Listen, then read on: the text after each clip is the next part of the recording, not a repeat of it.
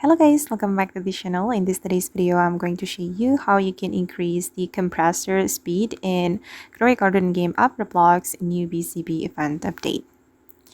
Okay, let's get into it guys. In this update, you will see this compressor machine or the honey machine. I don't know how to call it. And if you want to get the honey coins, you need to compress your pollinated plants. Okay, like this.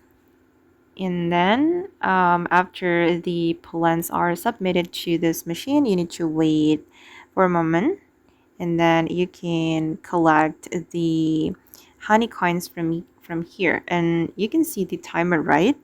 And if you want to speed up the machine, you can go to this menu. Okay, and you can choose the compressor speed. I've already upgraded my compressor speed. Okay, if you want to upgrade or increase the speed, you just need to select this menu.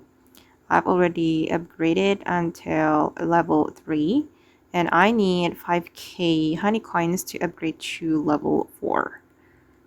So yeah, that's how you can increase the compressor speed in Grow Garden game of Roblox new BZB event update.